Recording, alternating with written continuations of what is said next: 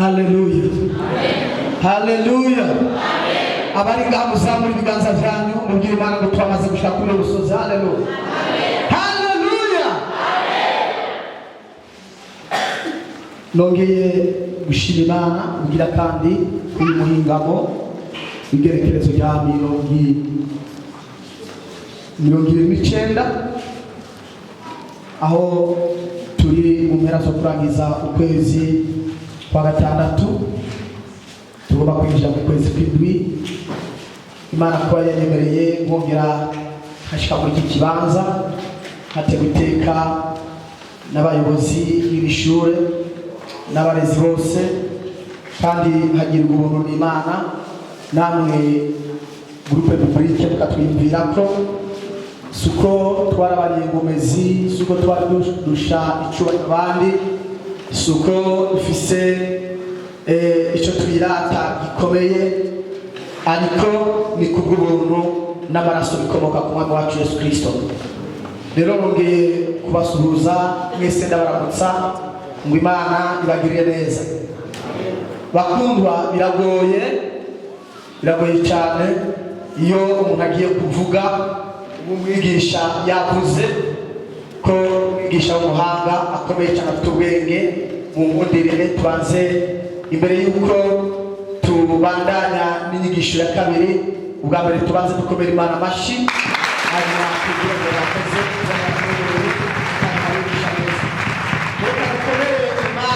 ubuyobozi bwo ngaha n'abayobozi bose bakorera aha hantu, namwe tubikomera amashyi twese. Ayo mashyi ni make Imana yakoze, kandi tubikomera amashyi Imana yashoboye gukoza Imana akatwigisha amajambo akomeye cyane, amajambo yakoze ku mutima wawe, kandi nizera yuko yakoze ku mutima wawe. Tumwongera amashyi cyane, tumubwire Imana ishikare tumwagurire, kandi Imana ikomeze kubereka hejuru badasanzwe. Yesu abaneza cyane, murakoze. Rero mwumvise ko twaganiriye ijambo rivuga ngo ibitekerezo, ibyiyumviro, les pensées, thoughts, mind, nibyo twaganiriye. Umukozi w'Imana yatubwiye cyane. Haleluya. Haleluya.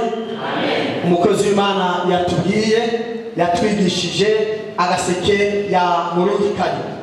Turacari kuri iyo nyigisho, tuzadusoma mu gitabo cy'Abaroma, yavuze n'ikindi gitabo, ariko twebwe turiga kuri igitabo cy'Abaroma, cyo twinjira gatoya mu gitabo cya Zaburi. Amen. Ubuzima bwo muri mwe, mbega umuntu yakiriye Kristo arashobora kugira mwemu w'Imana, cyangwa birashoboka ko mwemu w'Imana aganza muri we? Bivanye n'ubuzima turimo, iyi si turimo ifise amahame menshi, yovuga ifise ibintu byinshi cyane igenda itugoza.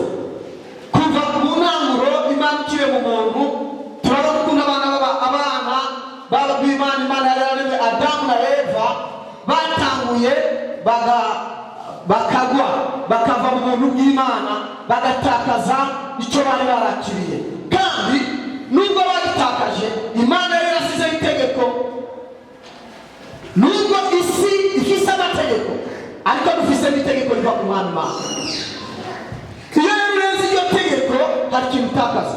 Kubera rero isi turimo ibibazo bigenda iduteza, hari ibintu bimwe bimwe tugenda dutakaza cyane, kugira ngo Satani afate umwana w'umuntu aca mu byiyumviro.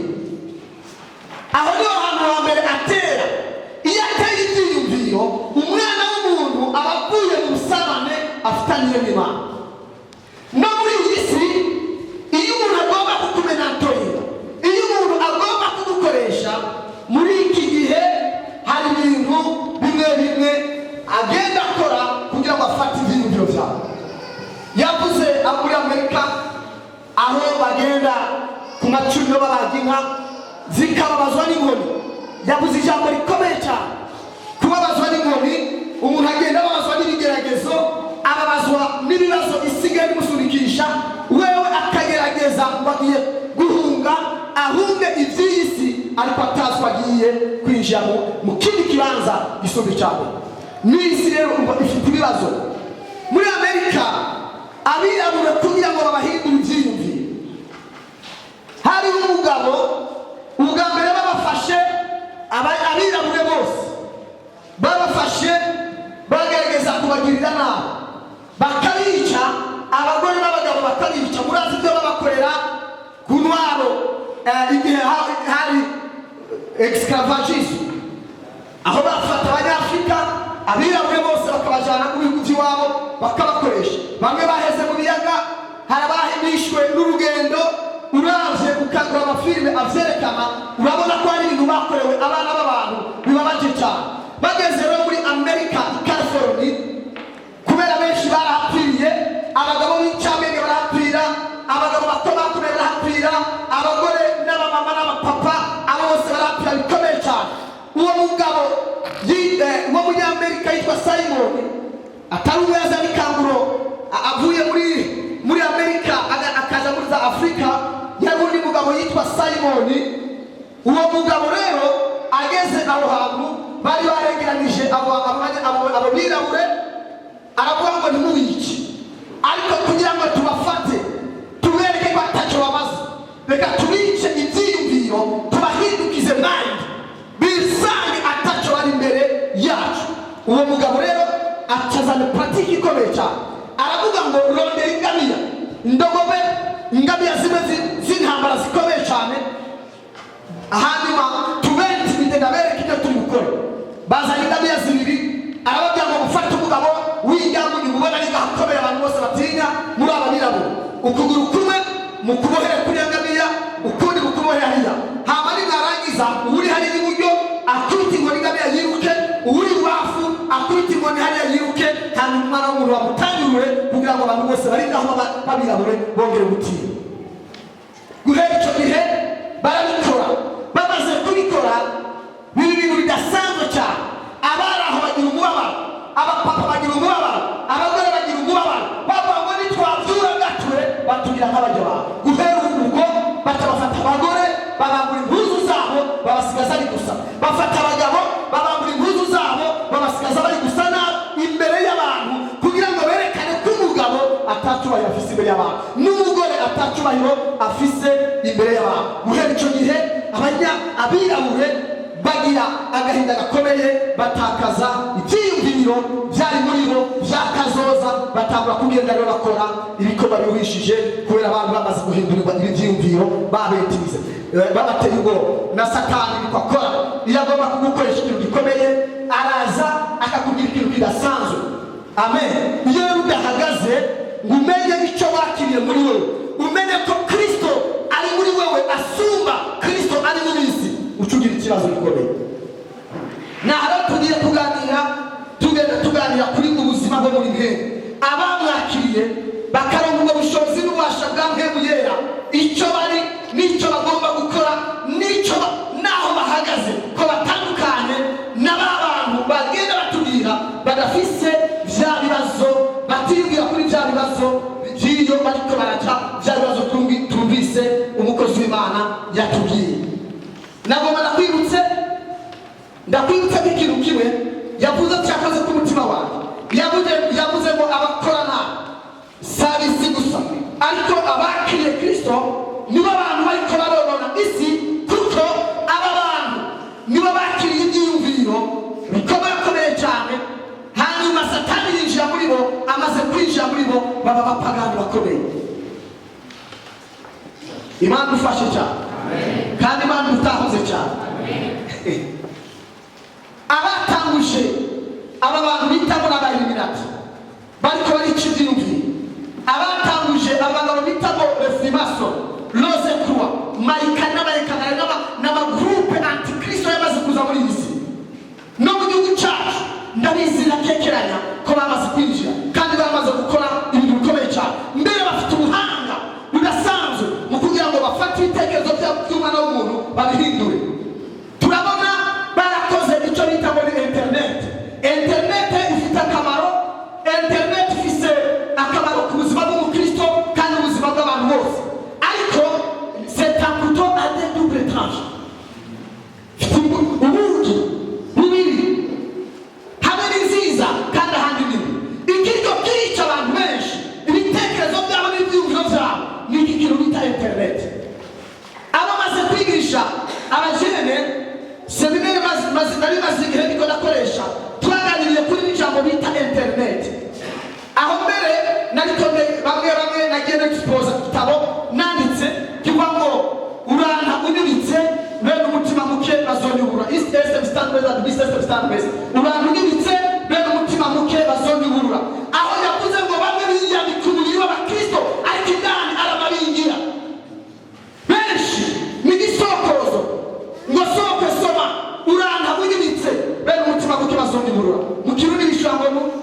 cyitwa kikiro.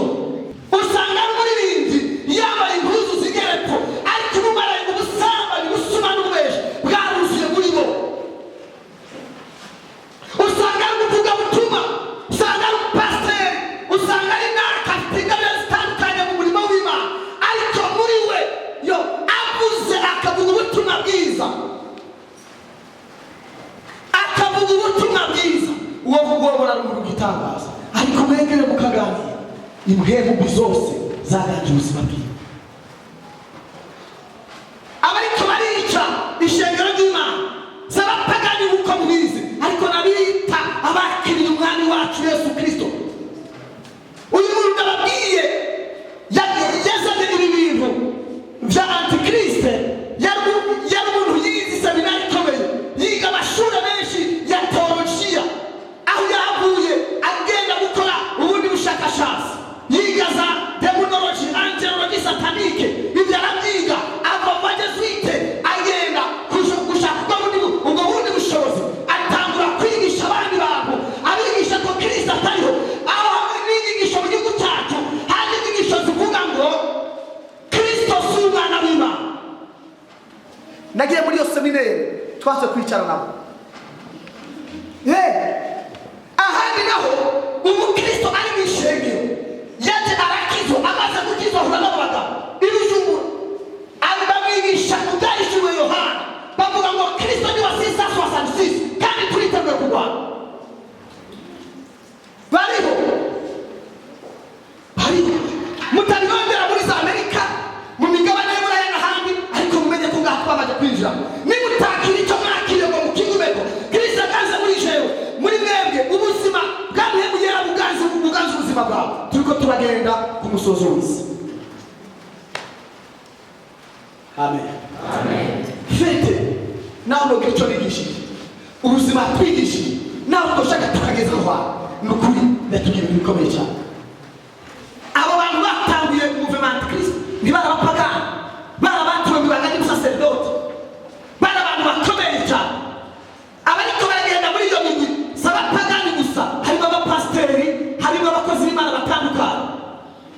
Isi rero iri kigenda mu hezani, hari rero 14 Bibiliya ivuga biba byabayeho n'ibindi bigiye kuzoza. Ugiye gusoma neza muri ibyo bihe 14 usanga tugeze ku gihe cya nyuma, aho turi ku musozo Yesu agiye gutora ishengero. Rero ntibujye ngo mume ngo mujyame, Dawidi yavuze ijambo rikomeye ngo sinzoryama, sinzosinzira, sinokubaka ikirimba cyanjye, ariko ntarubaka ingoro y'Uwiteka. Ugomba kutaryama, ugomba kudasinzira, ariko hagarare ku munara utanga umusenge. Niyo mpamvu ubuzima turimo buraruhije cyane, buraruhije. Abantu benshi n'abakozi b'Imana twebwe bamaze guhindura inyigisho, bashyiramo icyo bakwita herezi, inyigisho zitajyanye n'ibyizerwa by'abana b'Imana. Aho bigisha abantu kuvugisha mu ndimi, nta muntu yigishwa kuvugishwa mu ndimi bajene. Banyeshure nta muntu n'umwe kiretse Mpwemu Yera. Urwanda rwatakaye rwa none, abamama n'abapapa batakaye, bantu bari muri ratabasekeko. No, uravugishwa mu ndimi muri maraya, izo ndimi zikura hehe? Uravugishwa mu ndimi muri umusambanyi, uravugishwa mu ndimi muri umusuma, ibyo bikura hehe? Biratandukanye n'ubuzima bw'umukristo. Niyo mpamvu bamwe mugomba mwibivanye n'amateleviziyo nguraho, turiko turagira icyo bita fotokopi. Ora fotokopiti birababaje bwoko bw'Imana, aho hari inyigisho ziko zavuga ngo naho umuntu yosambana yaramaze kwakira Yesu wamukiza mu bwingo bwiwe, ngo nta kibazo, nta kibazo. Umuntu twarose si ubwo bupfishuzi. Enda yari umuntu yamenye Kristo, uwo muntu natsindwa n'iki? N'urubanza, natsindwa n'ibyaha bya kamere mbere y'umubiri. Naharari simbyarira ku musozo. Bibiliya ivuga ngo hari inzara imwe n'inzara indwi zabayeho muri ibi. Izo nzara zarabayeho, ariko inzara ya nyuma tugezemo ngo ni inyota y'ijambo ry'Imana. Abantu benshi baranyotewe ijambo. Iyo niyo nzara mu nzara zabayeho. Aho inzara abantu bafise ijambo ry'Imana ryateye n'abatwigisha n'abatwigisha birababaje. Umukozi w'Imana avuze ngo agiye gutegura inyigisho, ni ukuri batadutegura inyigisho tuzokwitwa n'imitima. Abajene aho tugeze ni urantu y'ibitsebe n'umutima mukibazo n'ubwo ugiye uri karara aho yisize inzara asaza n'izayezebe yambaye urantu y'ibitsebe n'umutima mukibazo n'iburura impuzu zerekana ubusumbasumbane bw'umubiri hamubarangiza ngo uri korana. Twebwe icyo tugomba kuba, tugomba gusa na Kristo. Ibyo mugomba kuzuza mpemu yera bamuracecetse mumaze mwitege kugoroka ibiniriza mu muntu. Mutaza kuyitega ko mwumva n'abasengera ndabizi ko muzi n'umukozi w'Imana ngaho arabizi arazi habona abantu bikubita hasi ariko ntibashobora kuzuza mpemu yera bakiri abanyabyaha. Nefa Kristo yadutumye kwempata abantu, empatishene ku banyabyaha. Yatubwiye ngo tugende mu mitumba no mu mihana hose twigisha abantu tubazane kuri we. Naho byanditse iyo umuntu yakiriye bimugera muri we, iyo umuntu afite ubuzima bw'Imana muri we, ndagomba ndakubwire ngo amavuta y'Imana gutandukanya n'abantu. Kuvuga mu ndimi urabiro, kuvuga mu ndimi urabiro si byizana, si byizana. Hari aho baza kuba kandi aho baza kuca. Imana biragoye no kuba si kwitanga. Uwo mugabo Nowa, uri mukozi w'Imana Nowa, yaba misi yose yanakubwira ati hane ati wewe kuya kama kwa musenge bizi twaba twandikanye tutukanye ariko Imana ishimwe ku masengesho mwasenze. Imana ihembe ituwe runahe cyo birakana bisaba. Haleluya, haleluya. Sisi ko ubutumwa wabwumvise ariko reka dusome tugende kwijambo. Abaroma 8:6 mpera aho yagejeje 6:8 hajya twasomye Abaroma 8:6 handitse ngo kwitwararika iby'umubiri kuzana urupfu ariko kwitwararika iby'impemu kuzana ubugingo n'amahoro. Kuko kwitwararika iby'umubiri gutera ukwanga Imana, kuko kutumvira ibyagezwe n'Imana kandi kudashobora kubyumvira, kandi abaganzwa na kameremere k'umubiri ntibashobora guhimbara Imana. Tuvuye ngo Imana itahuze cyane kumenya ni mu byumva. Turasoma mu gitabo cya Zaburi ya 84, Zaburi ya 84 rusoma ngo 6 ariko kugira ngo tubyumve turaya ku ngo 5 ngomba kuvuga umurongo wa 3 ndakwagara kuko ngo tubyumve niyo tugomba kuvuga. Haranditse ngo abahashitse n'urupapuro rw'671 muri Zaburi y'isezerano rya kera haranditse amajambo avuga ngo hahirwa umuntu inkomezi ziwe zihagaze kuri wewe, hahirwa abafise mu mitima amarango aja i Siyoni. Uvuge ngo amen, uvuge ngo amen. Aho ngomba kuvuga naha 6 abakiriye mpemu yera kabagaza, abakiriye ubwo buzima bw'Imana muri bo umuriza icyo bagomba icyo bari iyo baciye mu mwonga witwa Marira bawuhindura hitwa ahantu h'amarira. Abamwakiriye whoever received Jesus in him ubuzima bwiwe burahinduka. Ngo abamwakiriye baciye mu myonga yitwa Amarira bahindura aho hantu Amarira agahinduka. Ariko yatubwiye wese mwokwitwa abana bwabo, mwokwitwa abantu b'abanyabwenge bafite ubwenge bw'Imana. Ndaza kuva kuri igitabo cya Daniyeli ukuntu amaze kugira ubwenge yahinduye ibyari Amarira abihindura Amarira. Amen, amen. Rero ngomba kuvuga Abaroma cyangwa mvuge Zaburi, ngomba kuvuga ijambo ry'Imana gusa. Ubuzima bwo muri mwe nari kuvuga mpereye mu itanguriro icyo Imana yifuje ku mwana w'umuntu ariko bivanye n'umwana ndaca ku masomo.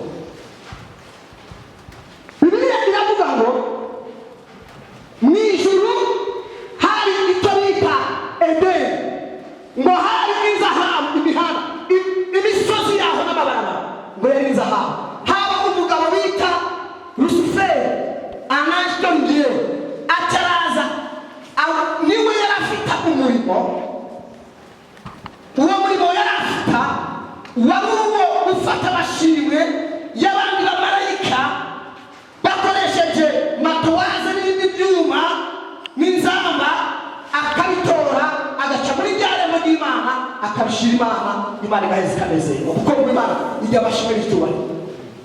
Uyu mugabo atatangwa kugira robingi, amaze kugira robingi agomba kwicyubahiro cy'Imana agitwara. Niyo yatagira robingi afata abandi bamarayika arabigisha, arababwira ngo bijya nababwira ko biri imbere y'Imana sibyo, ni jewe ndiho kandi mugomba kumusenga. Abantu mwicanya tatu cy'inyenyeri, ni ukuvuga ngo abamarayika bagereranywa n'umucyo, ngo marayika abo bamarayika bari bintu bari kumwe na Satani amaze kubafata. Imana avuga ngo sinohangana n'abantu jewe nashyizeho, ngomba gutuma marayika Mikaheli abakubitira hasi, ngo abakubita hasi mu cya gatatu cy'amarayika bose bagwa hehe bakorerwa muri iyi si. Ugiye gusoma igitabo bita bati igitabo cy'Abayuda bitatamu kivuga neza uko isi yari imeze imbere y'uko Imana, imbere y'uko Satani si izina ryiwe, ariko Satani ni kamere y'uyu mugwanizi. Iki ni igikorwa akora umugwanizi ataraza ngo amaze gutegurwa muri iyi si. Icyo yakoze yabanje guhindura ubuzima, ngo isi yari mu gitereko cyane, iri muri icyo gitereko cyayo ngo Satani ayikubita umugeni. Impamvu yayikubise umugeni bayizi ngo mu ijuru yarize aho Imana iba kuko yari ahazwi umuhari n'izahabu. Ngo amaze kwikubita umugeni yagomba yuko mu isi iva muri icyo gitereko cyayo ikaba ikigigimbe. Imaze kuba ikigigimbe ngo gutyo rero hakaba hari Imana ntizomanuke ngo Imana isange Satani hamwe mu byondo, kuko yabanga Imana ishobora guhindura mu byondo, ariko yibagira ko Imana ariyo yashyizeho ibitangano by'isi n'ibikwiye byose. Haleluya. Imana icyavuga ati ni umubare udasanzwe kugira ngo ibyiyumviro byanjye bisohoze. Niko ndavuga bya byiyumviro by'Imana. Uwafise ibyiyumviro by'Imana ukuntu agenda ahindura akenyura imikenyero, ya Mana iragira umubabaro, iravuga ngo uwundi muntu azokora ibikorwa zo gukura hehe. Imana yumvira baca haba inama mu ijuru, baca barema Edeni igira kabiri, ariyo yarimo Adamu na Eva. Ariko icyo yagomba gukubita umwana w'umuntu Satani n'ingabo zayo iciye mu byo yorora. Ikiyaza Imana ifata yasi iyibumba mu gitaka, ibumba mu gutaka mu irangisha bibi. Ariko Satani amenya icyo turi nabo iyo tuvuze ngo kuko urupfu rw'ubugingo bimubasha kumenya. Iyo uvuze abantu baramwicuma, iyo wasamuye turamenya ikigutera, iyo uririmbye turamenya icumu, n'iyo urikurisha turamenya icumu. Aha rero niyo Satani Imana imaze kureba Adamu na Eva yakigomba kugira irindiro mbiri yongere kwica umugambi w'Imana. Ikirareba ica kuri Eva, iciye kuri Eva yacacamana yabujije uranizo nkuru ahereza Adamu abakiriye. Imana ishungurwa umuvumo, yaravuga abantu, iravuga ngo wazokawe ko wari icyama ndaguharira guhera umwana uzokura mu gifu, kandi impfu bibaye inzira yawe isi. Icya gatatu uzoshiraho umugore azogufyorera. Aha uracana koze Imana cyarikoze yarinde kuva umwana w'umuntu, kuko umuntu yayakowe n'ivu imumekera mu mpera. Bivuga ngo umwana w'umuntu acitsira sura nayo inzira y'idayimoni n'umuntu. Imana ishaka byabyumvira yari yakoze, iravuga ati nta kundi Satani ngomba ndamwereke Jezobe icyo yahindukira umugore. Iravuga ngo uzobyara ubabaye. Uyu mubabaro abagore babyara bafise ibise, nta muntu n'umwe ashobora gukura kuri uwo mubabaro. Naho baba abapasiteri bakomeye cyane ntibashobora guhindura umuvumo rumara, kiretse Imana igize imbabazi. Hari ubwoko butatu bw'imivumo muri iki gihe ihindukira umugabo. Iravuga ngo wavuga kubakoze ibyo uzanira isi umuvumo, kandi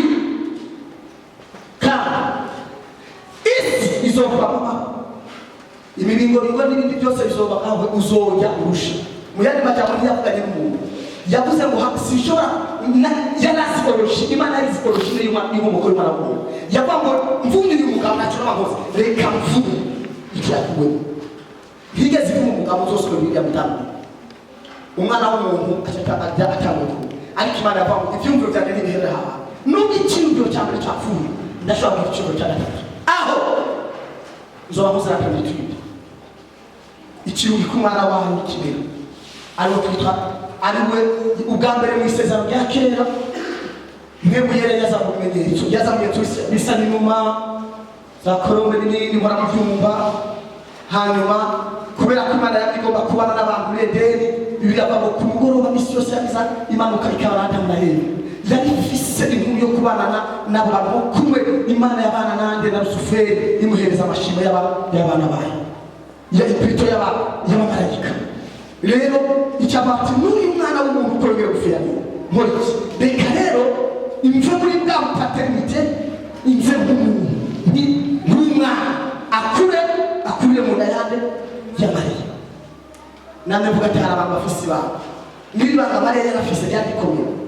Iyo abantu nk'umukobwa umunsi womenya ko utwaye directeur general wa hôpital Kibuye, wewe wogera gutema ndora afika fize je mayido, ariko we ndigeza bivuga ndafise ibanga rikomeye aho utwakeneye ibanga uwo vitwabo muti njye nazikora papa ari jewe naje no bati je ndafise directeur mushaka munyitonde koko bizogenda nabi mutabitonda ibi byose ngo arakura arakura amaze gukura nabo yaba question arambaza tubava ko ndi bamwe ati muri yabati n'ubuhanguzi Mose aje abandi ati kuri kumatarime ndibaza kuri meshakisha durakira bugingo nebashoye kuresha ibintu ariko barahindukira batati namwe kuva ko ndi bose bamurika ngo ariko Simon ngo aravuburaka aravuga ngo uri Kristo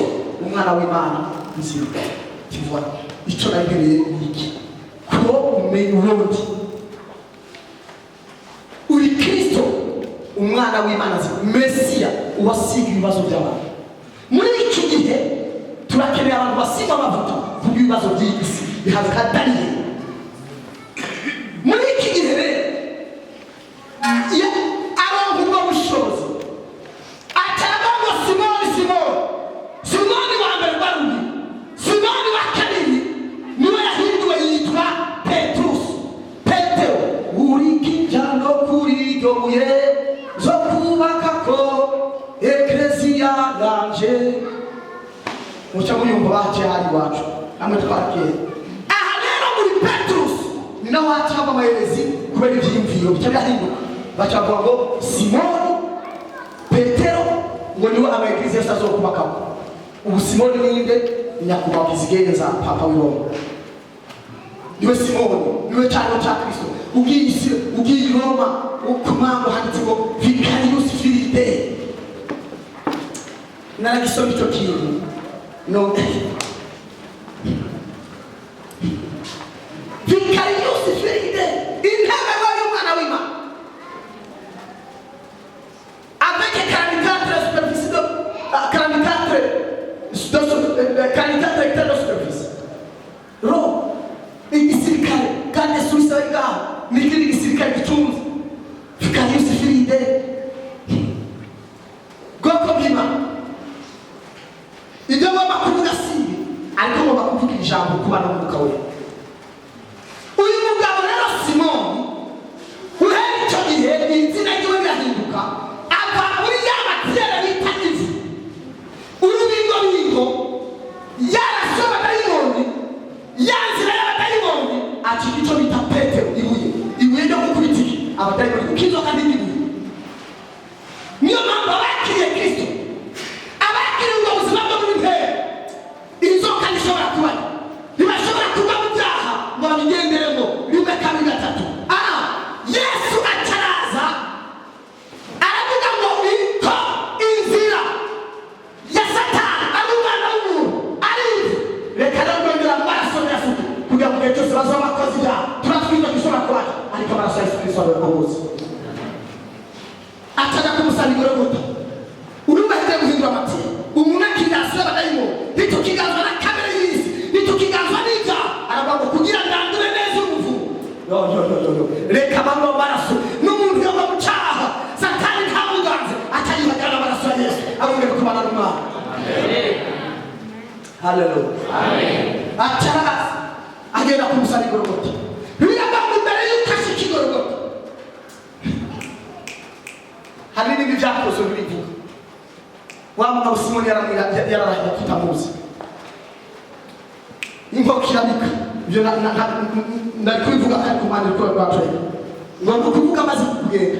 Ngo bamuhaye urubingo inkomi bigaragaza mu rugamba. Yamaho Imana yatumye pazoba ibihano by'isi n'umwana w'umuntu acara yamara ku mutwe biva ngo ivyari bihana n'umwana w'umuntu uromo abamwakiri abamenye ko Yesu umwana ukiza mu gigo bwabo nta bibazo by'isi bishobora kubaha kuko ibyo Yesu yaravyikoreye Yesu yaritwaye byabamwe ku musaraba Golgotha abana bakiri ubuzima abana bakiri emperuye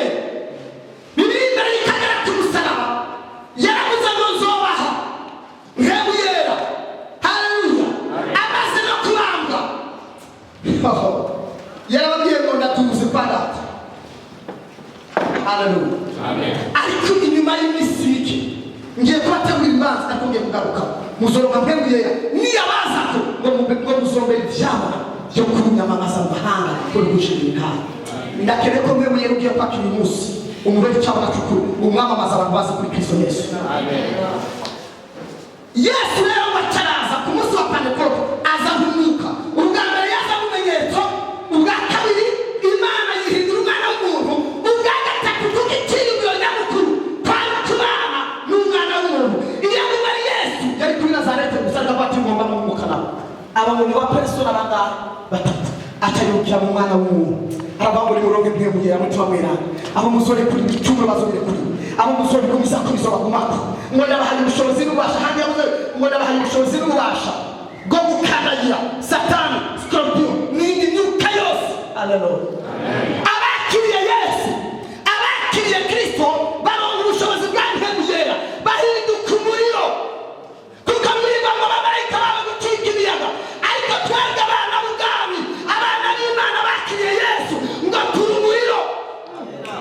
Niyo mpamvu iyo ngiye mu gisagara baramenya ngo profete na karengane ntibisaba kuvuga ukuri ntibisaba kumvuga nkiya aho baramenya ibya profete kipasi kandi sinvuga ngo ni profete sinvuga ngo ni pasteur ibyo sinovyirata ariko nirata amaraso ya sesite ku bwanje nirata agakiza baki utazokwita amashuri wize amashuri wize ashobora gukemura ibibazo by'isi ubumenyi ufise ashobora gukemura ibibazo by'isi n'amafaranga n'amadufise nibishobora gukemura ibibazo by'isi ikirikemura n'ubuzima bwa mwemye n'ubuzima bw'Imana kuba wakishijwe ugahagarara neza mu Mana. Hallelujah. Nikonganira namwe nk'abantu mugiye kuja muri vacances abandi mugiye mu bintu bitandukanye kugira ngo aho mugiye mumenye abo muri micutuye dushobora gukandamiza ibyo byatandamije n'akabiri. Hallelujah. Amen. Hallelujah. Amen. Rero Yesu ubuzima ntibwahise butabura abana mu buzima bw'mbere reka mvuga akantu ngo abamwakiri yabahaye gucika abana b'Imana. Amen. Abamwakiri yabaye gucika abana b'Imana cyangwa ngo abana b'Imana abana b'ubwami n'urumuturi. Niyo mpamvu ndahorwa ndabona hadawe nubwo Imana itabirangiza izo ndwara nubwo Imana itabirangiza izo ndwara iranga indirimbo nshasha Zaburi ya 42 Imana ishobora kuguhindura muri byo bazurimo bitarakemura ikibazo. Umukristo yamenye Yesu adafise inyota n'intuntu kubana abantu basenga urushengero rw'Imana bakijijwe uwo si umukristo udafise inyota n'inzara by'ubwami utarizwa n'abanyabyaha bariko bava mu byaha bashobora kubasengera uwo si umurokore kuko uwakijijwe yamana inzara n'inyota yo gusenga. Inzara n'inyota n'ibimenyetso bigaragaza umuntu ariho afite ubuzima kugira umubabaro wo kubona ariko arasanga mpaka kubona ibyaha bigwira kandi aho umutungo warakijije kandi turumuri ufite wabuze umuriro ni ikintu cyagutse ntora kugira uko gisigura ni ikintu cyagutse umuriro ushobora gusambura iyi ngoro iyi umunota ari 15 ntagire ikintu nakimwe gisigara none wowe wumva ari kumeze aho uri hameze gute mbega icyo urimo bimeze gute ni ngoma yo guhimbaza aho muri Uganda ndahera ibintu byose ndaraka umuriro ugiye mu ishyamba ibikoko biramuka umuriro ufashe icyuma iyi meza urayihereza iforoma urabona ko ari meza y'icyuma urayihereza iforoma ushatse kubera umuriro iyo rero twamaze kwakira ijambo rya Kristo iyo mpemu y'Imana ari muri twe twabyumvise iby'umukozi w'Imana yamukoresheje abajya gutera ubwenge bw'abahugera ubwenge bw'Imana bwera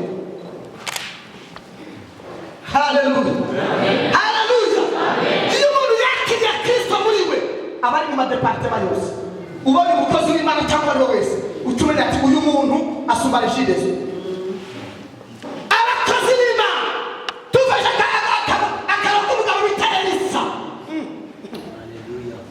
ngo yinjira mu gisagara bita Nazareti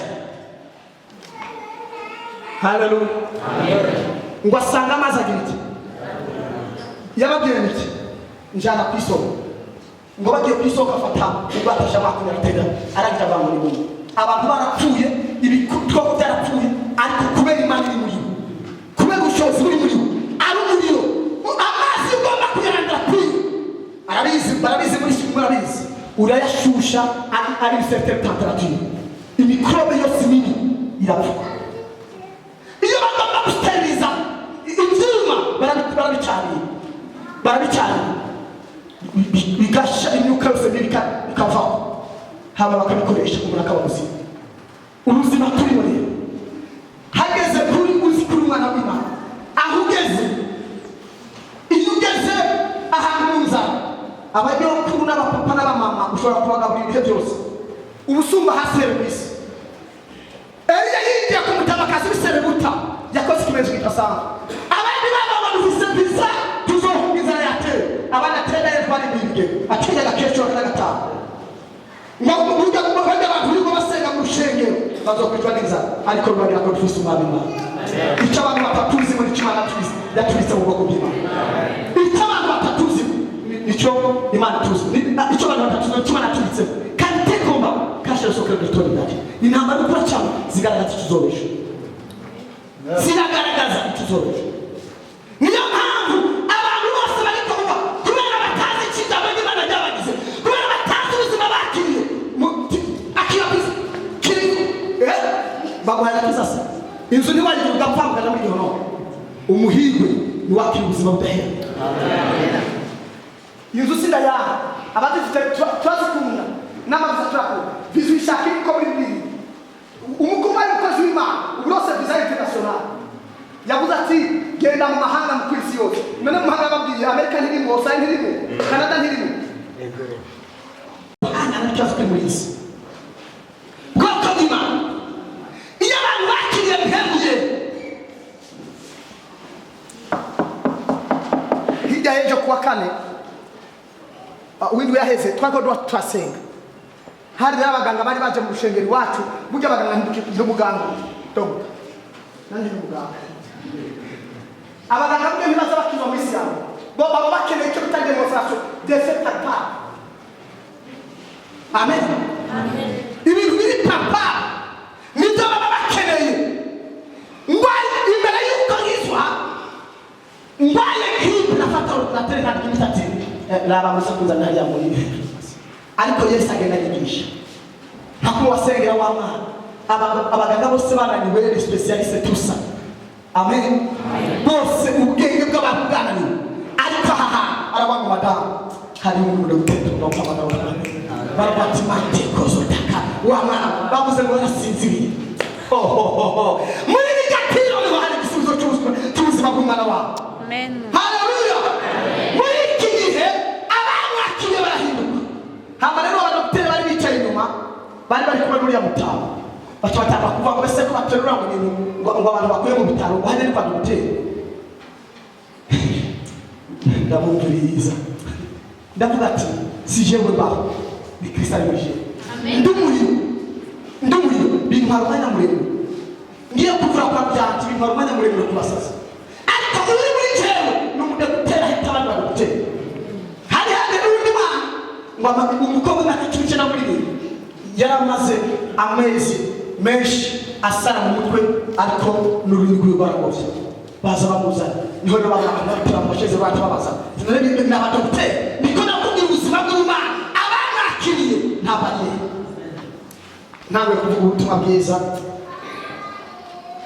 narabuze atengera ubukimari buvuge ariko ntumvira ibyo abantu bavuga ndangije nabati ndasenze abagwayi igima cyose cy'umubiri kiri ku buzima bwawe utakora gitangura gukora ndabapfinze habaye iki we wa mama n'urutego umugongo bari barapfutse amafyigo yari yarapfuye yanibutse mu ishengero arasara abakoroneli bacaba bati iyi Mana niyo nizeye ndakije sinabigisha ubutumwa bw'umugisha no kurongoka nabigisha ubutumwa bwo kugira iki bwo kwihana ndangije ndavuga ngo iyo icyaha kivuye mu bantu ubuzima bw'uburije apana kubabwira no my God blessing is a blessing nego nimanda tugezemo hari umugisha ariko kubwira umugisha b'abanyabyaha mukora ndangije wa musazi babonye yibuka n'abativuga umva ariko aravuga bamuze ati baba dogiteri ati rero umugabo ndabona tumvise ikintu kiri muri yo tubihana ko yavuze kwihana umwakiriye ko cyuko murakomeye cyane kandi tukaba tubona bikoze amagufa akabasubira kurema rero barabateka tubihana yewe harakirwa abakoroneli n'abadogiteri barihanye binanze kugira itangaza bihanye kubera ko hari Kristo ari muri twe yahinduye ubuzima bw'abantu aho babana bo mu isi batageze Yesu akahagera iyo Yesu ageze ahantu n'ababwira ngo bamwakiriye baciye mu myonga y'amarira bayahindura iki amarira ahari amarira bihinduka ubuzima amazi tugiye kurangiza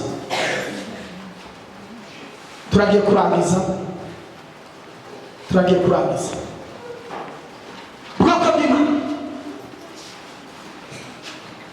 Kristo ari muri wewe agusumbira iki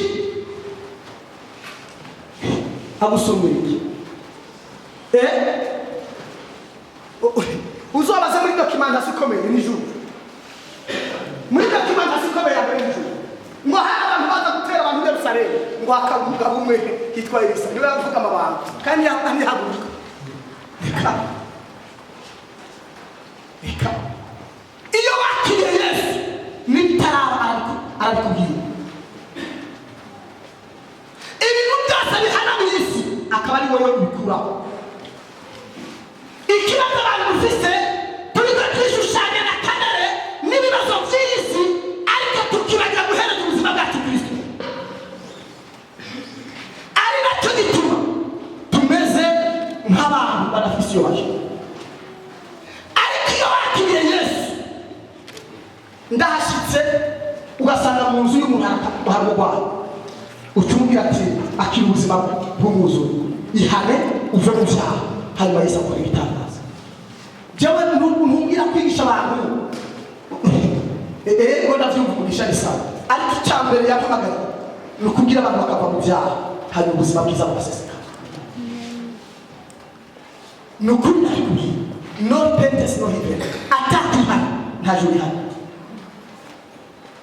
nibareke kubahenda barahendesha ibyo mufise biravuga turabandi n'abahereje abo n'abamwakiriye abo n'abamuhawe bishe kameremere z'igisiga na mpemu yera n'ijambo ry'Imana aba bafite ubushobozi bwaje n'ibisagara bitetse ku migazi bisozo ariko uyu munsi ibisagara si ibisagara cyo baha n'ibisagara twebwe kuko Yesu avuga ngo muri ngoro abandi muvuga ngo mu dusozi ariko uyu munsi ibisagara byacu biri mu mwanda biracafuye Yesu yabuze ahantu ahonyora kugira ngo abantu bakizwe abantu babihane niyo mpamvu kubera ibibazo by'isi biyihanze abantu bafite ubwoba bwo kubaho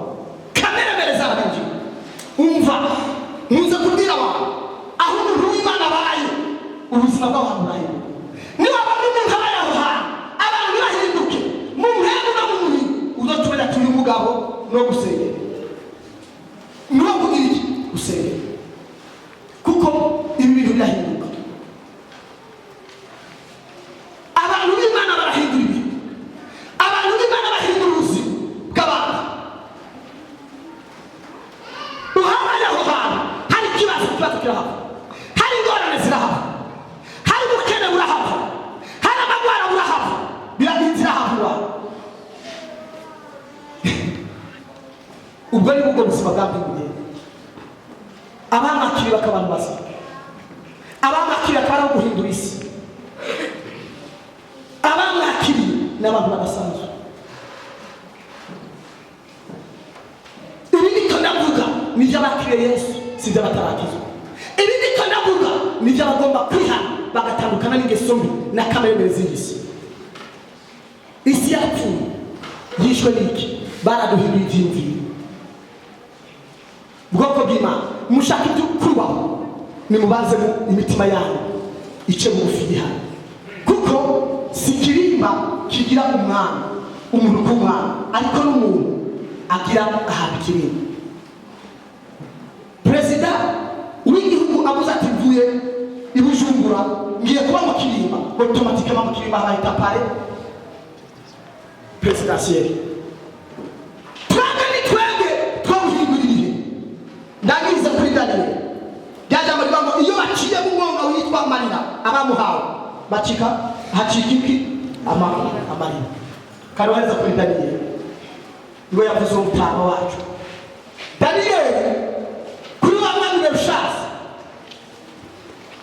impamvu bagombye kumutoteza nuko ikintu yakoze cyari giteye amarira igihugu. Daniel yari watwawe indagano mu gihe cy'Abamorodekayi cy'Abesiteri babeshakishaguraga abwirago n'abantu kubera Abisirayeli bakoze ubwabo baca barambuka indagano bagenda kuba baje abantu. Kandi Imana yavuga ngo muzora imitwe ntimuzora imirizo. Iyo wakoze icyaha biratuma wari umutwe ukabumurizo, kuko utakaza urubonye, utakaza umusabane n'Imana, ugatugenda ukabumuryo abandi. Ariko icyo nizera Imana nicyo nayikundiye, ntirekera abantu banyabyaha, ntirekera umuntu byabo. Iyo wayisenze ukayihamagara iraguhindura ubuzima. Daniel agenda aho hantu agiye aho Daniel icyabaye mu giki yabaye mu buzima atagomba kuba influence ngo atwagwe n'imigenderere cyangwa atwagwe na kamere z'ibaburo ngo ahagarara ku ijambo. Birirwa ngo Daniel umunyabwenge, ubwenge buhebuje bukakuma. Salomo bavuga ngo yari umunyabwenge akomeye, ariko Salomo yari umunyabwenge ubwenge bwe yari yarabwanduje. Hari aho yari yarabwanduje kugira abagore benshi cyane, kuzana ibigirwamana hirya no hino. Abagore yazana bamwe bazana imana ibigirwamana byabo za sitarte za beri tujya sende bizana. Ariko Daniel kuko yari umuheburayo umunyisirayeli aravuga ngo singomba kwiyanduza n'ibintu by'igihugu, ngomba guhagarara. Hallelujah, amen. Daniel byabaye abantu bo muri Babuloni bari bafite ikibazo cya mauvaise gestion bivanye n'ibyo basenye. Ngomba mvuge ukuntu iyo umuntu w'Imana akihana Imana ahindura abantu wakira ubuzima bw'Imana. Daniel ageze ahantu habaye iki? Yabwiye umwami Belushaza icyatumye Daniel akongana agaterwa mu rwobo rw'intare n'ubwenge yari afite n'ibintu bikomeye yari afite. Mwumvise ko bamuhamagaye nk'umunyabwenge asigura inzozi menimentekero farisini. Daniel rero abwira umwami ati abamushweza kandi aba batambyi b'abayani abavugishwa b'abayani abakozi Imana basenga bayani basenga ibigirwamana nabo nyene bateye bahonyoye abantu mu nda bateye utubiko mu kanwa. Daniel arababwira ngo bije igihugu ikomeye cyane ikoreshwa n'abajya bavugishwa babe nande na Darabu. Hari ibigirwamana mu rushengero bita Beli na Darabu. Ugiye gusoma igitabo cya Talmudi cy'Abayuda, ugiye gusoma igitabo cya Daniyeli, ibice bikurikira twebwe ibice dufise muri Bibiliya dufise, hari izindi Bibiliya zifise ibindi bice bigenda bibandanya ku bya Daniyeli. Ni igitabo cy'umusiguzi, twebwe tugera ku bice 12, ariko igitabo cy'umusiguzi kigera ku bice 48. Usoma ibyo bice harimo ibintu bikomeye cyane. Hari ibitabo rero, icyo gitabo bita Talmudi kirimo ibyo bindi bitabo cyanyereza ku Kristo. Bavuga neza na Daniyeli ukungene yaterewe ubwoba bw'intare, ariko ntibavuga icyatumye neza na neza. Naharagomba guhereza kugira ngo uvuge Daniyeli baramufata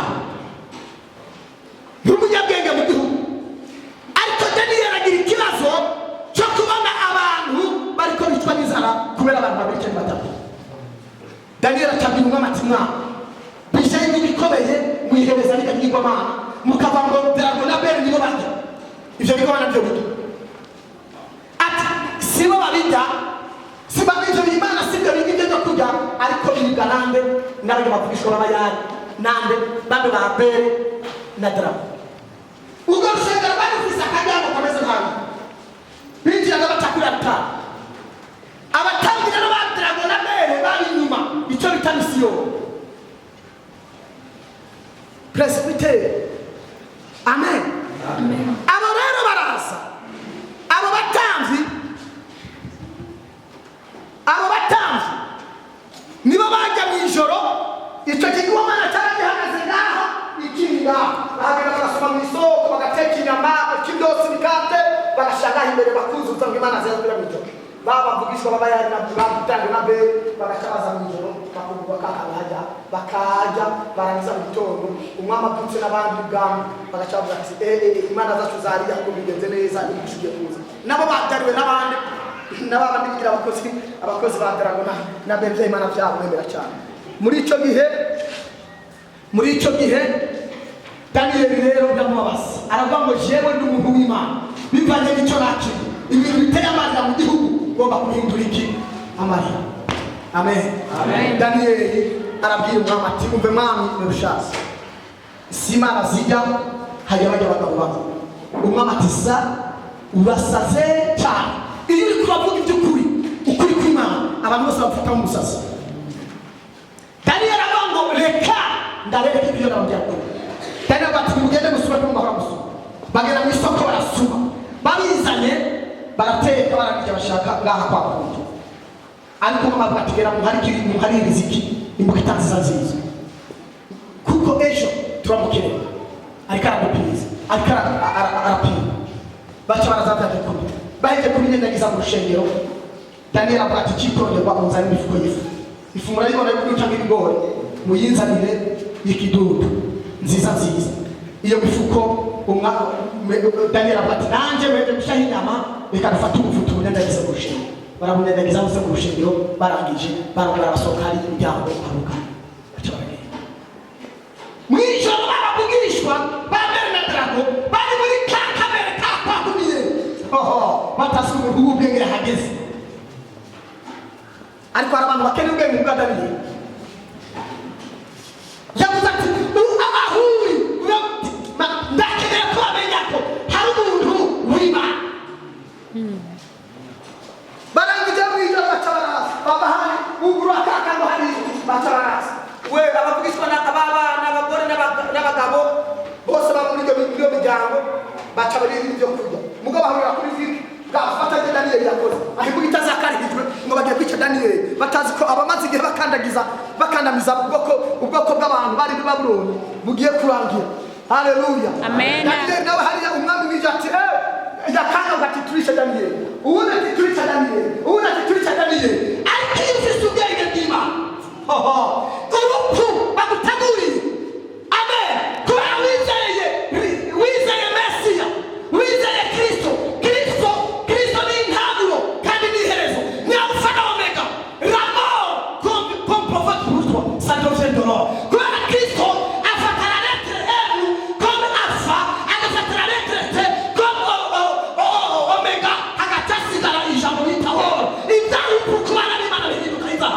Amen. ariko hari umuntu Satani yateje ubuzima ngo bavuge ubuzima bw'igitondo. Imana ni intango kandi atafata arabetere. Satani yaguteye urupfu.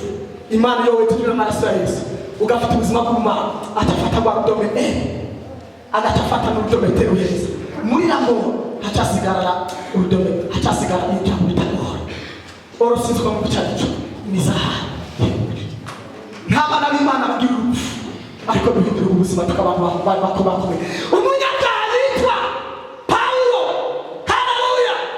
Imana imaze kumuhindura urupfu yarwagomba kumujyana muri gihono.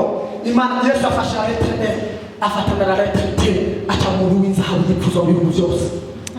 Iyi kitu umwana w'Imana nubwo umunyabyaha ufise kazi Imana ihindura wewe ubuzima bwawe ikabugeza hafi ukamuha yipfuza mu gihugu. Daniel yari umuntu wo gupfa ariko atangura kwipfuza mu gihugu kuko Imana yakufashe uretse urutome ehemura nate asigarana izahabu. Amen. Amen. Amen. Amen. Hallelujah. Amen. Hallelujah. Amen. Daniel bamaze kwiga umwami araza n'abantu biwe akabira kwidirisha hariya aravuga ati Daniel uzane za mbugita sinzi ko zimukwiye basi bagiye kumwica. Abanyabwenge b'ubwabo barakomeye cyane bamuzanye ati baza murindi imbere yuko mwica twinjiye mu rushenge ati mwana ibi birenge ko bene twasize ngaha ibyo kurya hama tukananagiza hivi ibi birenge byavuye ati nzanira umuvugishwa wa mbere na Drago yitwa Buye bakamuza ati siramuga yo basa kirenge bakazana akana kitwa Mabano ati shemo Mabano cyangwa bagasanga karenge nibatse ugo batsibamu bati nzanira umugore yitwa Udede bakazana Udede ati kubitati ati byagenze gute ati ujya mu ijoro iyo tujyana bazana bakabahenda ngo ibyo kurya bahaye mbere na Drago ngo nizo zabiriye ariko niba baza bagaca mu teka cyangwa baragije bakajya umwami urakanye bamufata aravuga ngo abwira abantu bati fata aba bakugishwa abagore n'abana batumye inzara mu gihugu kiba mu bice bose barabica uhera ubu bishe n'inyaho rikoresha igihugu ku gihugu bagaburira ibigirwamana itangura kubabona abantu batangura gutuma koyoko kuri umugabo witwa Daniel ndabwege muri Kristo. Amen. Haleluya. Amen. Aragira ngo suga baba gukora cyane. Never. Atumvise iki. Ibyo bigirwamana biringa. Umwana ubwenda byiki muri cyo gitabanje. Ubwenda byiki umwana arabati uwo bita mutogana byaba. Ati nta mugita ntabibuye ndabyicishije ubwenge bw'Imana. Iyo dufite ubwenge bw'Imana ibyahana by'abantu dukoresha ubwenge bw'Imana bigatamiza. Haleluya. Daniel aravuga ngo inzoka Drago na mbere ngo barabyica afata ipfu afata ibyuma arabisya arangiza afata agira gato y'ivu ashamura ibya byuma inzoka y'ibintu kuko yarazi inkomoko y'ikikiki inzoka iri meranje n'icumu ibuye iri meranje n'ubushobozi twakiriye kandi hemu yera Satani kutumugera cyane. Amen. Amen. Amen. Atafata yabarabumba na vyavuma terera tabigwa bana bitabiraga byibaza ngo ninja bifite munda ivyuma byarakatabuye barayizoka buke mu gitondo basanga byose byaramiye umwamba avuga ati ubu ni mubyabwenge ninde Daniel ubu bakabiri aba ibabuloni haca bakaduvayi imyerekana aboneka ati uwo mugabo w'umuyuda bitumye uvugishwa n'Imana yatwica abavugishwa n'abana bose none ngo atwica Imana zacu mu muronde baca baronda gusenga no habe gusenga y'amasabaza y'ikigomana. Daniel mu bibiri ivuga ngo yuguruye akadishye basenga sasita ngo nawe yuguruye akanga mu nzu yiwe ngo karaba iwabo Yerusalemu ukabugomba kugumana n'Imana. Yo sitwaba ubuzima bwacu suga muri iyi si utagenda kugurura idirisha ibitekerezo byawe ibyiyumviro byawe bikarakunda gutera igucuba mu ijoro ukaba bw'ikimana ivuga ugura akagurisha igitondo Imana imuhereza ubwenge gusa. Amen. Ndakene kwa mupira niba tera uhonye kwiwe gusa ushiye kwempatishe ube ngo wamuyewe n'umwigisha zo guhonyora n'umuntu azo guhonyora atarabanye n'Imana. Amen. Nibikere bati kubutumwa bwiza mu baraka ariko baguciye turasakurirwa uwakira akamuhuka. Hari umugore umukozi umwe bita Catherine Kume umunyamerika burivuga ngo babe ugiye gusoma ibitabo bivuga uko yaraye uko ameze. Uyu mugore aciye muri iri barabara ku birometero 10 abahari barakira kuba yagize kontakterisi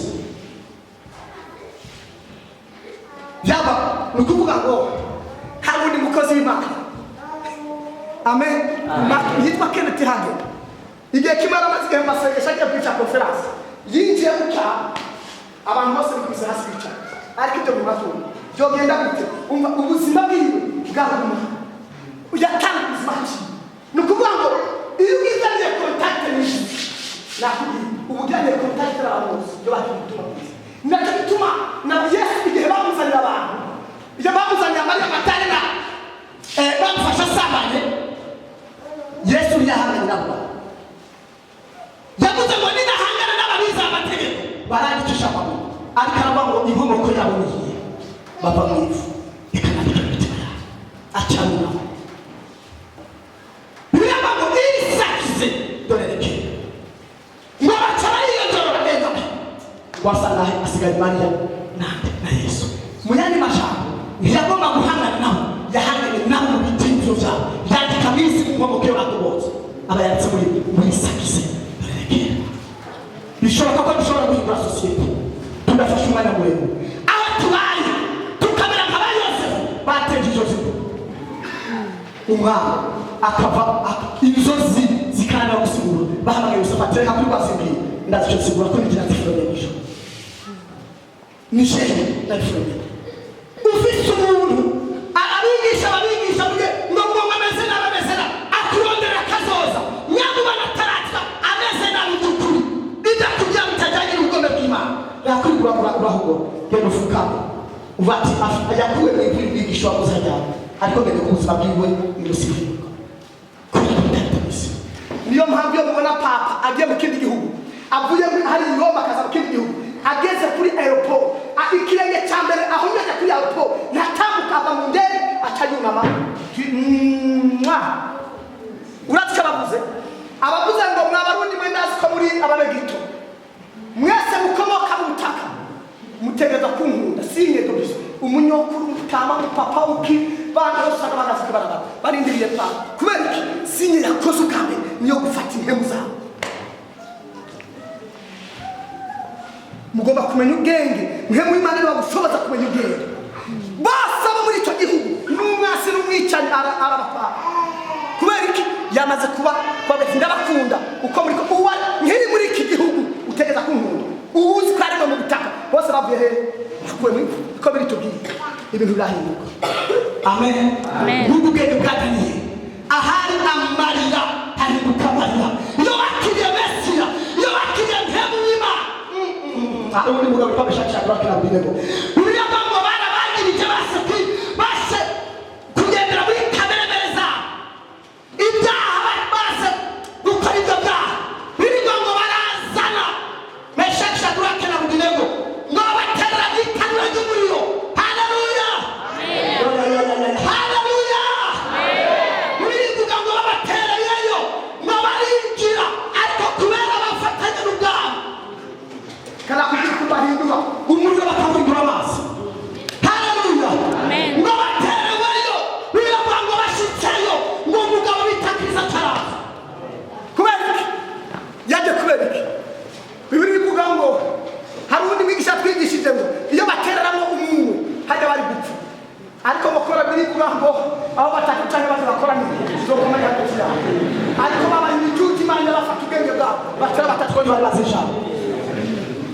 Haleluya amen bamaze kubashikanayo ngo Yesu ataraza ngo umwana afatwa mpiri baramubatura basize bangahe atangura kwerekwa iyo babana abantu bagorotse bagira ha n'ibitari bizima bitangura kumenya Imana abatambuza izina ry'umwami Imana batangura kumenya arabambita umugabo wa kane yambaye impuzu zera ngo kandi ndabona ari umwana w'Imana. Haleluya ubuzima bwawe burahinduka hanyuma tugomba guhangana muri iyi si hari tugomba kubesha muri ubu buzima isi gusa kubemera ijambo ukiyamura kameremere bimaze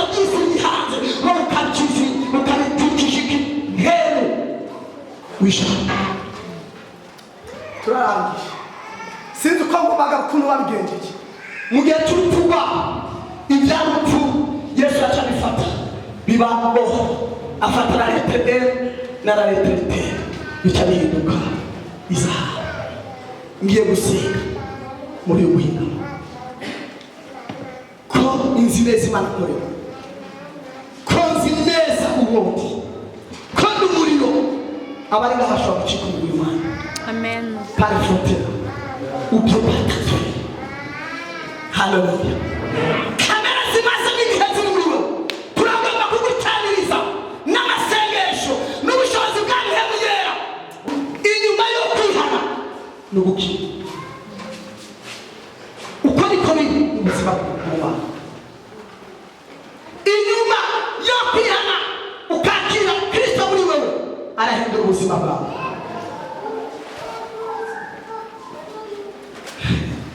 Muzosoma igitabo cya Samuel wa mbere igice cya 23 uhereye ku murongo wa 20. Baravuga umugabo bita Benaya Kabusera mwene Yehoyada.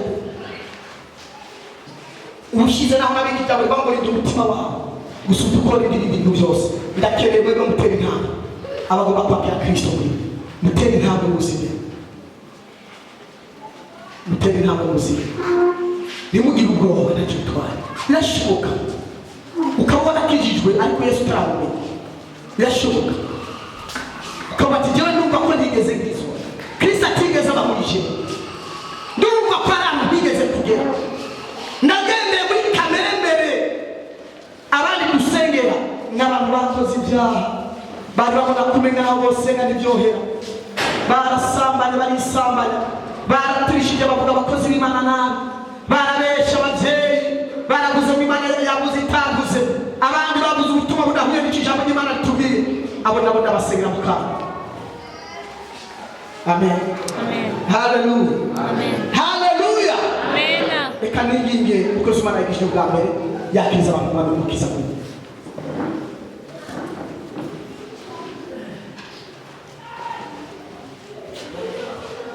Mwami Yesu wakoze igihe ariko urarengana mu nzira Zakaya kumva inkuru zawe yarirutse yurira igiti, washitse urarangamiza ati Zakaya ururuka ngomba kurari wawe. Arakujana urashika arakuzimana atakintu na kimwe kindi ubizi. Avuga ati mwami naragunze, hariho abantu bizi fashe ingingo yo kubariha kane mfata umugabane w'ibyo tubuze ndawugaburire abo. Uvuga uti agakiza karinjiye muri ino nzu kuko nawe abaye umwana w'Aburahamu. Aba bantu bapfukamye ngaha nta muntu yabahamagaye, nta muntu yabwiye ati nimuze. Mugabo wakoze uti nimuze kuri jewe mwese abananira n'abaremerera baruhura, mwikoreze ingatwe yanjye kwita ababaza, mwikoreze umutwaro wanjye wo kubahuza. Ndasenze mu izina ryawe ngo bumve ijwi ribabwira ko babaye abana b'Aburahamu. Utubwire umugenderanire mwiza nabo, ubandike mu gitabo cyawe cy'ubugingo. Ndasenze mwami bakiri ngaha bahabwe ijambo rya Mpemu w'Imana n'umunezero wiwe, ubemeza ko ibyaha byabo bibariwe, bakuwe ko imyambaro yawe gucocerwa, bambitswe umwambaro wo kuzorerwa mu bwami bwo mw'ijuru. Amaraso yawe niyeze ubugingo bwabo, nubagirire neza ubaha umugisha. Bavuze ko utabuza kure mu muhinde abantu bakire bandike mu bwami bwawe bw'izina rya Yesu Kristo. Komera Imana amashyi akanyamuneza gatera n'isi gikomeye ijuru ukwakira Kristo w'Umwana n'Umukiza mu bugingo bwawe. Ngiye gusenga. Hari abantu bavuga ati muri twebwe by'ukuri ibyaha biri muri jewe, narabuze gufata intumbero, byarananiye gufata intumbero. Ndabona ijwi ry'icyaha ryanyagiriza, ngomba kwihana, nkagomba kubivamo, ariko byarananiye kugira ngo ubuzima bw'ubuzima bwa Kristo Mpemu Yera agaze mu mwenda. Uwo muntu yumva muri we afite ijwi ry'icyaha rimwagiriza ko by'ukuri uyu munsi Kristo yomanuka atashobora kubona ubwami bw'Imana. Yavuze ngo haracyari ibyiringiro umukozi w'Imana, haracyariho igihe ni iki nyene kuko utazi kuza kwarahiwa. Rero haracyari ibyizigiro ku buzima bwawe ushobora kumuhindura biciye mu kwatura icyaha cyawe, biciye mu kwihana ko bagomba bari ndataha uriho narinde, ndataha ko nigeze nkizwa, sinigeze nzana abantu kuri Kristo, sinigeze mpindura sosiyete, sinigeze nanga ibyama byiza, ariko ndakeneye ubwami bwawe buba muri cye. Aduze ikiganza dusenga. Umuntu yumva avuga ati ndafite icyaha, Yesu yoza kuyobora kandi ubwami bw'Imana buba butanga. Ahaguruke ku maguru yiwe dusenga. Ahaguruke ku maguru yiwe dusenga.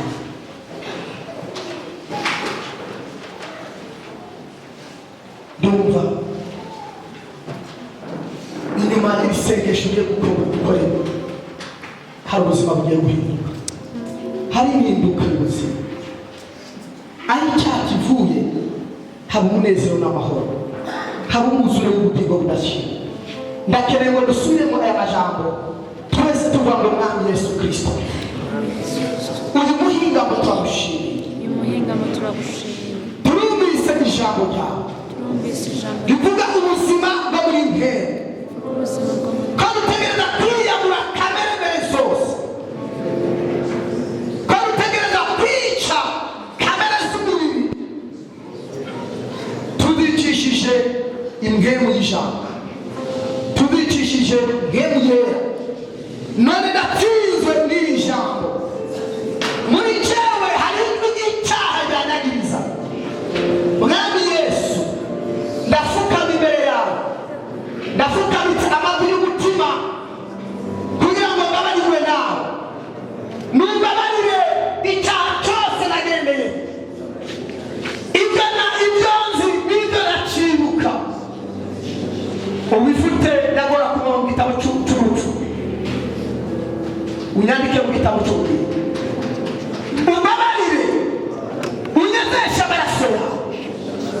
Byabuye wari warangize byari bimaze kujya kwihungugu, ariko Mwami Yesu, amaraso yawe ashobora kwinyoza nkongera kwera. Ndagusabye ngo ashunguruke ubugira kandi ashungurukire ku buzima bwanjye. Imbabazi zawe zimboneke ko ndatuye ibyaha byose nakoze, ngo ndabibabarirwe, ndongo ubugingo bushaje, nongere kwambika imbaraga n'inkomezi, amahoro n'umunezero bibe mu bugingo bwanje. Ndabyatuye ku izina rya Data n'iry'Umwana n'iry'Umwuka wera, twese ati amen. Amen. Ndagiye gusengera abarwayi cyangwa ufite ikibazo cy'uburwayi, uhaguruke aho bari bafate ko nanjye bagiye kumusengera. Kandi nyuma y'isengesho ndaswara ntaye n'amashini, hanyuma ndabasengere mwese ndangije, mwe mu bwenge, mwe mugera muri twebwe, kugira ngo dushoboze kunesha ibibazo by'isi. Data, mu izina rya Yesu Kristo, Mana y'amahoro, Mana yo kwizigirwa, uri umuganga aruta abandi baganga, ni wewe nyagora ku ngoma wakijije n'Abatimayo, wazuye Lazaro, none umuhingamo ijambo ryawe ryavuze ngo abakwakiriye bakakumenya bakezesha ubuzima bwabo n'amaraso yawe. Iyo baciye mu myonga y'amarira ihinduka amarira, n'aba bene Data barafukamye, Mana baciye bugufi, bagira indwara zabo bazizana mu biganza byawe. Nanje nyagora ku ngoma ndabazanye mu biganza byawe, indwara zabo ndaziranduje ubushobozi bw'amaraso yawe. Mwemu yera agendagende muri bo, abakize indwara zose barwaye, indwara z'umutima n'umubiri, za karonda, indwara ziva ku murwanyi Satani, ibisigo n'abarozi n'abapfumu, ibyo babateje, ibyo ndabiranduye, ndabisanganguye, nibirimbuke. Igiti cyose kitatewe nawe Mwami ndakiranduye. Mwemu yera nabe muri bo, ugendagende ubakize indwara. Mana, nyuma y'isengesho buri muntu wese yararwaye yumva intahe n'amashimwe, abarwaye imitima, za asima, za diyabete, n'abarwaye izindi ndwara zitandukanye bari muri iki kibanza. Mwami ndabasengeye mu buzima bwawe bwurukiye muri bo, uvunaguye kandi wiruka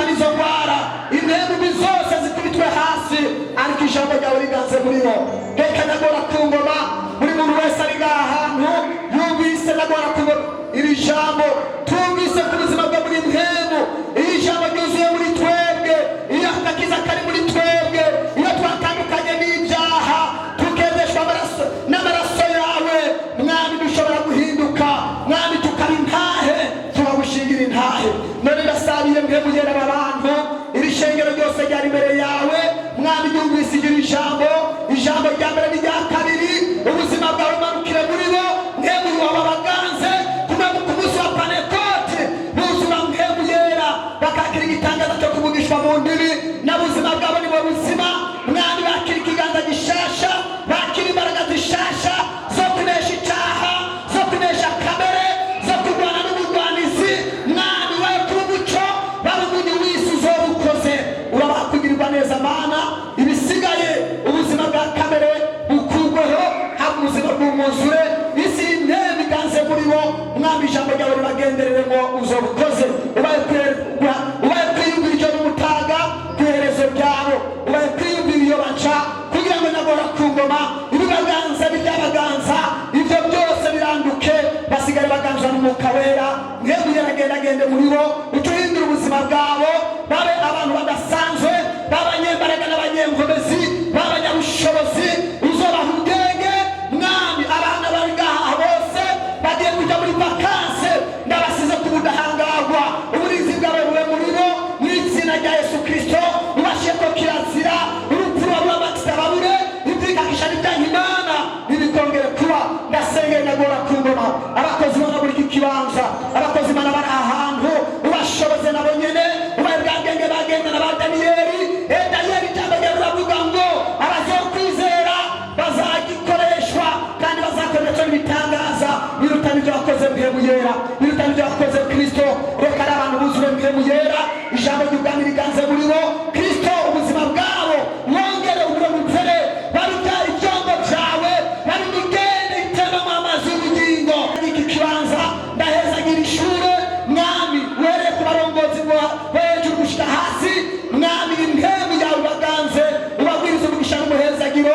Iri shure rizokamerera muri Cabwenge, rizokamerera muri abantu buzuye umwuka wera, rizokamerera muri abantu bakomeye bazobikomanga mu kukuvugira. Uzobukoze Mana, urakoze kwica bari bagwaye, urakoze ko mpemu yera yongeye kuganza imitima yacu, urakoze ko n'abakozi bawe wongeye kubagira abashasha mu bwami bwawe. Urakoze kubyumvise senze muri make, ariko mwami ndizeye ko byinshi ugiye kubikoresha muri mbabazi zawe muri rya zina ryawe kera. Amen. Yesu abamugisha mwarahezagire cyane mu gihe byiza. Umwami Yesu abahezagire. Nongeye gushimira abarongozi abari ngaha n'abatari ngaha, n'abakozi b'Imana n'ishengero hamwe na groupe biblique yose, n'abashyitsi bose bari mwumvise iri jambo. Umwami Yesu abahezagire. Murakoze cyane, mwarahezagire kandi